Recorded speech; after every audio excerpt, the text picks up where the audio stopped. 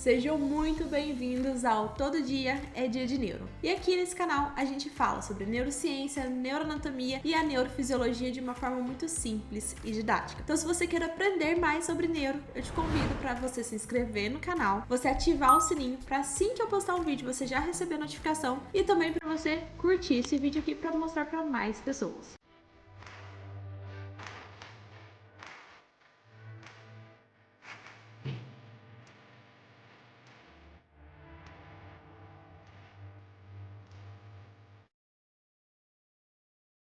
O assunto de hoje é o efeito da música no cérebro. O que a música acontece no cérebro da gente e também não só no cérebro. O que o cérebro manda de informação para o nosso organismo. Então, antes da gente entender certinho o efeito da música no cérebro, nós precisamos entender sobre a anatomia da orelha. Que tudo começa vindo o som e a gente ouvindo esse som. Então, quando tem uma onda sonora que vai caminhar aqui pela nossa orelha, ela vai chegar aqui no pavilhão auricular e vai transportar aqui para a nossa orelha média, nosso meato acústico externo. Aqui no nosso meato acústico externo, no final dele nós temos a nossa membrana timpânica. A membrana timpânica é como se fosse uma película fininha, transparente, translúcida, que ela vai estar ali para ela transmitir essa onda que está vindo, a onda sonora, para transmitir ela em vibração. Então essa vibração da membrana timpânica, de acordo com a onda, vai fazer vibrar 3 ossículos nosso. A gente chama de ossículos porque eles são os 3 menores ossos do nosso corpo,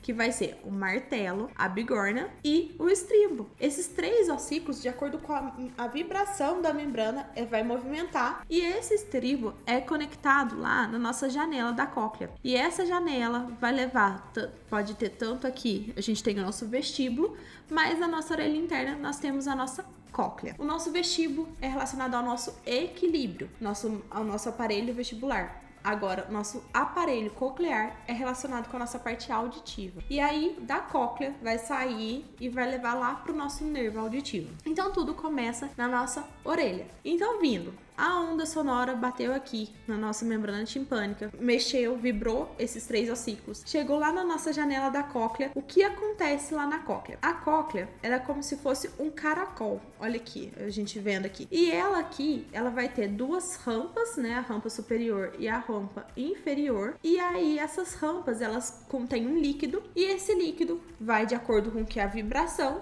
do estribo ali vai vibrar esse líquido da mesma forma que vem a onda sonora, lá na nossa membrana timpânica. E essa vibração, a gente tem ali na parte medial da nossa cóclea, nós temos, na rampa média, nós temos um canal coclear, e nesse canal nós temos o nosso órgão de corte, que é o órgão principal, onde a gente vai ter os nossos neurônios, que vão levar a informação para o nosso nervo auditivo. Nós temos, vamos pegar esse órgão de corte aqui, vamos dar um zoom nele. Então aqui nós temos a nossa membrana tectorial, certo? E temos aqui as nossas células ciliadas internas e as nossas externas e internas. Essas células ciliadas aqui, elas no superior delas, elas têm os cílios, e de acordo com que essa membrana tectal se movimenta de acordo com a vibração e essa membrana se movimenta, esses cílios vão se movimentar. A movimentação desses cílios vão desencadear um sinal lá para o nosso nervo auditivo. Então, tudo acontece por conta de vibração. Primeiro, uma onda sonora vai se transformar numa onda mecânica, né? Vibração na membrana. Essa onda mecânica que vai vibrar os nossos 3 ossículos vai vibrar ali na nossa janela da cóclea, que tem um líquido dentro, e essa vibração do líquido vai chegar aqui na nossa membrana tectorial e vai vibrar, fazendo com que esses cílios se movimentam. Nós temos essa diferença dos cílios internos para os cílios externos, que é dependendo da frequência e amplitude da onda, vai predominar um tipo de cílios ali. E essas células sensoriais ciliadas vão conectar todos em neurônios até se conectar tudo no nervo auditivo. O nervo auditivo vai sair ali da nossa cóclea, vai caminhar, passar pelo nosso tronco encefálico, ele vai passar pelo nosso tálamo. A gente tem que lembrar que o nosso tálamo, ele é o centro onde tudo passa por ele. Eu falo que o nosso tálamo, ele é como se fosse a nossa rodoviária. Então tem que passar por ali e ele vai filtrar essa informação. Ele vai saber, essa informação é importante, eu preciso mandar essa informação pro córtex. Pra onde eu vou mandar pro nosso córtex? É o tálamo que decide isso. Ele que vai determinar essas informações. Então vai passar pelo nosso tálamo. E do nosso tálamo vai lá para o nosso córtex auditivo. E o nosso córtex auditivo, nós temos o córtex auditivo primário. Esse córtex auditivo primário é onde a gente vai detectar a amplitude e a frequência do som. Então ele vai ver a qualidade dessas partículas. E nós temos um córtex auditivo secundário, de associação, onde vai interpretar esse som. Raíssa, tudo bem. O que acontece com tudo isso? Eu falo em todos os vídeos e eu preciso que vocês entendam isso muito bem. É que o quê? Apesar de eu falar, o córtex auditivo primário, ele fica aqui no lobo temporal, no giro superior, né? No giro superior do nosso córtex temporal, fica o nosso córtex auditivo primário, que é esse meio verde água aqui. E ele está relacionado com a nossa frequência e com a amplitude do som. Mas se a gente pegasse só esse córtex auditivo primário, só ele não causaria o som.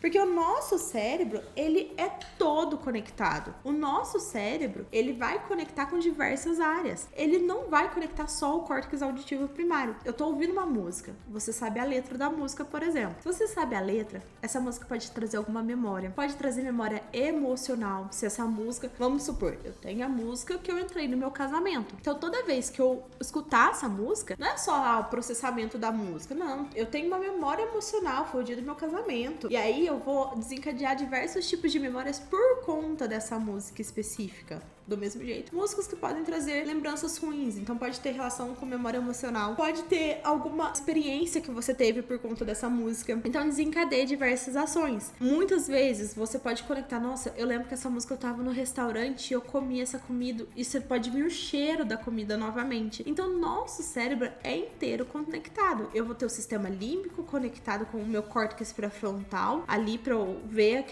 tentar lembrar, planejamento, tomar de decisão. A música pode fazer eu tomar uma decisão específica, acontecer que lá, nossa, essa música foi quando eu com meu namorado, a gente voltou e tudo mais, e aí você vê a música, você fala assim, nossa, é verdade, eu preciso voltar com meu namorado. Então a música em si, ela vai conectar diversas áreas cerebrais e que vai fazer a gente tomar diversas decisões também em relação a isso. Então tá muito conectada. Então, se a gente for pensar em todas as áreas cerebrais que estão relacionadas com a música, eu vou te falar praticamente o cérebro inteiro. Então, por exemplo, o córtex visual. Você ouviu uma música, você lembrou que você estava de frente pro mar num dia super legal seu. Você vai ativar o seu córtex visual para trazer aquela memória visual sua de novo. Então, a música tem esse poder. Apesar de ser aqui, ela ser intensidade e frequência analisada no córtex auditivo primário e no giro médio e inferior, a gente tem o nosso córtex de associação auditiva ou o nosso córtex secundário, auditivo secundário. Nós vamos interpretar esses dados sonoros todos que chegou pra gente, a gente conecta com o cérebro inteiro, certo? E aí, pra me perguntar, Raiz, onde que tá?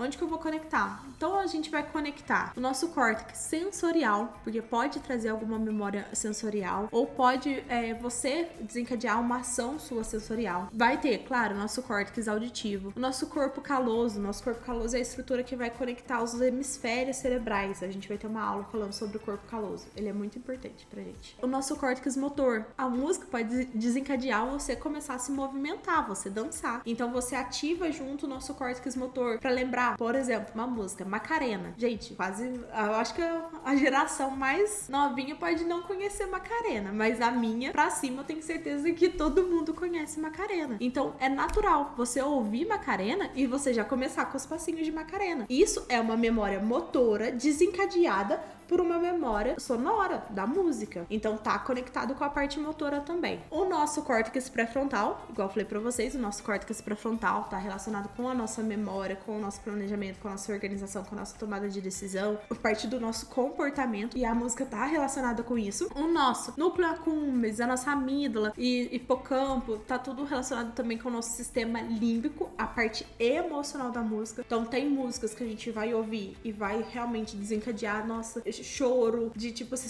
a sofrência, o sertanejo sofrência. Realmente, porque desencadeia uma resposta emocional ali e que vai te lembrar uma memória de algum momento que você viveu.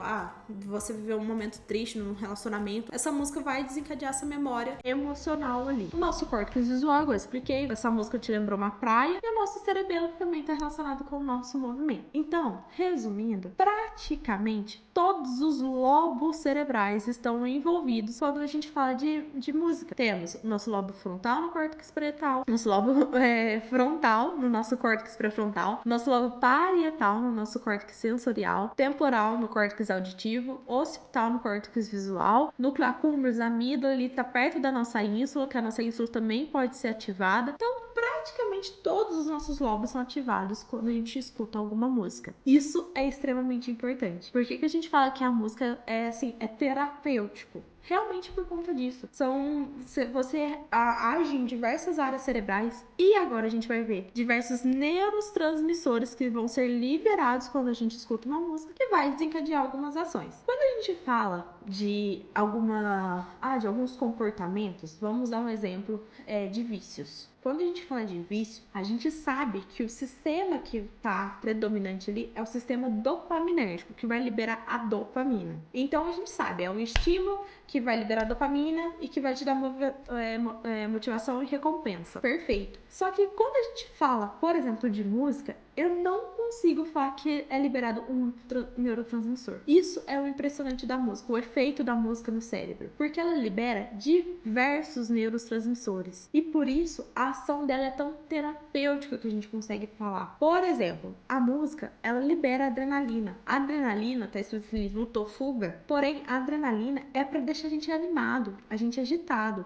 Claro, ela é um hormônio desencadeado no Luta ou Fuga. No caso, eu estou correndo de algum cachorro, sim, você vai liberar adrenalina porque você precisa de oxigênio e tudo mais. Mas a música libera adrenalina para você dançar, para você curtir o momento. Então, você escutar uma música animada vai realmente liberar noradrenalina e adrenalina. Por conta da liberação de noradrenalina, a música pode aumentar a sua concentração. Então, ajuda também você concentrar mais na atividade. E aqui, um adendo. Nós temos ondas binaurais que ajudam a você ter uma maior concentração para você durante os estudos, durante o trabalho, para você ouvir. Também é um efeito da música, por conta da noradrenalina, pra gente conseguir conciliar. A música libera dopamina, o hormônio que tá aqui do prazer, mas antes de tudo é o hormônio da motivação. Então, a dopamina, quando é liberada, ela, além de diversas outras ações no nosso corpo, esse sistema dopaminérgico que é incrível, mas ela também tá relacionada com o nosso bem-estar, junto com a serotonina. Aqui embaixo, a serotonina, o hormônio bem-estar. Os dois ali dão uma sensação de, tipo assim, de felicidade, de alegria, paz, de tranquilidade. Quando você junta tudo isso, você fala assim, nossa, a música dá essa sensação. Por isso que é tão terapêutico. Além de pode animar a pessoa que tá desanimada por conta da adrenalina, mas ela também dá a sensação de prazer, de motivação e de recompensa, sabe? Ai, foi bom ter ouvido isso. Tem a ocitocina, que é o hormônio do amor, e principalmente alguns estilos musicais específicos liberam mais ocitocina. Então, se você vê aquela música mais romântica, ou às vezes até aquele sertanejo romântico, você pode liberar mais ocitocina porque está relacionado com a resposta emocional. Mas a música também libera o GABA. Raíssa, como assim? Você acabou de me falar que ela libera adrenalina e noradrenalina. GABA é um neurotransmissor inibitório. Sim, o GABA é o nosso principal neurotransmissor inibitório. Ele traz tranquilidade, é como se ele desse a paz. Mas a música tem esse prazer também de trazer o GABA, de dar aquela tranquilidade, de te acalmar, tirar a ansiedade, sabe? Tirar toda essa parte agitada nossa. Ela também libera acetilcolina, que também está relacionado com o nosso aprendizado. Então, dependendo do tipo de música, ela pode liberar o glutamato também, que é um neurotransmissor excitatório, que está relacionado com a memória e aprendizado, e libera endorfina. Gente, a música tem poder de diminuir a dor da pessoa por conta da liberação de endorfina. Endorfina é que está relacionado com a euforia e com a dor. Então tem poder. Raíssa, mas se música é tão poderosa assim, por que as pessoas às vezes não conseguem? Claro, gente, tudo vai depender do estilo musical. Vamos supor, se eu quero manter a calma, se eu quero estar tranquilo, eu, Raíssa, tá? Tô dando o meu exemplo. E aí é muito importante. O estilo musical vai depender muito da pessoa. Eu não curto muito rock. É uma experiência minha, um gosto meu. Não ligo muito pra rock. Então, se eu colocar esse estilo musical pra mim, pode me trazer relação com esse meu sistema límbico, com a minha parte emocional, porque não é uma coisa que eu curto muito. Então, pra mim, não vai liberar todos esses neurotransmissores, porque não é o estilo musical que eu gosto. Porém, se você colocar um estilo musical, eu gosto de pop, eu gosto de música mais calminha, mais tranquila. Se você colocar pra mim ouvir esse tipo de música, aí sim vai me desencadear isso. Então a música tá muito relacionada com a nossa parte emocional. Então a gente precisa identificar qual é o estilo musical principal que eu sinto bem, que eu sinto prazer, que eu goste, pra eu conseguir desencadear todos os neurotransmissores. Não é qualquer tipo de música. Vou colocar qualquer tipo de música aqui. Eu acho até engraçado que muitas pessoas falam assim, quando você vai estudar, coloca. Ai, como que é o nome? É música russa.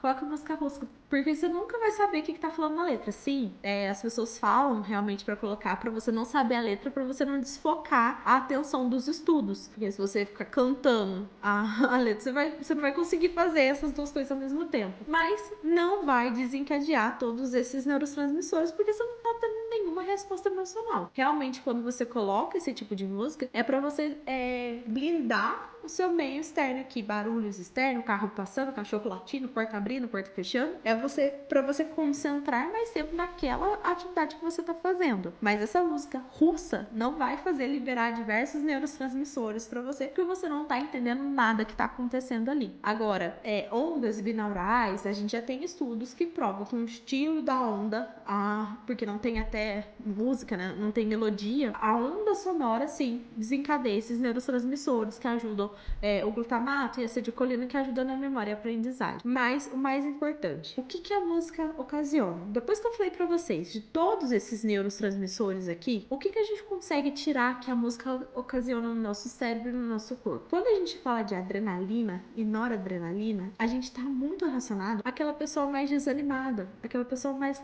cansada, mais triste, aquela pessoa que está para baixo. Quando a gente consegue liberar esses neurotransmissores, e esses neurotransmissores ainda aliar com dopamina e serotonina, ajuda na depressão, ajuda na ansiedade, ajuda naquela tristeza que a pessoa tá. Então ela tem esse poder assim, de ajudar nesses sintomas de ansiedade e depressão. Além disso, ocitocina. A pessoa mais depressiva tem às vezes uma baixa de ocitocina. A música ajuda nessa parte também. O GABA está muito relacionado com a ansiedade, então a liberação do GABA está relacionado com a ansiedade. A acetilcolina e glutamato está relacionado com a memória e o aprendizado. E a endorfina, a melhoria de dor. Tem diversas ações no nosso cérebro e no nosso corpo. Então, quando a gente fala efeito da música no cérebro, tudo bem, a gente tá falando, onde que vai estar conectado, quais são os neurotransmissores. Porém, se a gente for ver em todo o nosso organismo, o bem que isso faz no nosso organismo é muito maior, porque a gente fala de tirar dor, a gente fala de tirar ansiedade, de tirar depressão, que tá muito relacionado com diversos sintomas do nosso corpo. Então, o efeito da música é basicamente esse. Lembrar sempre que a música sempre está relacionada com a parte emocional do nosso organismo, com a parte visual, mas relacionado muito com a nossa parte do nosso sistema límbico, e por isso desencadeia esse tanto de neurotransmissores, certinho? Um beijo, até a próxima aula!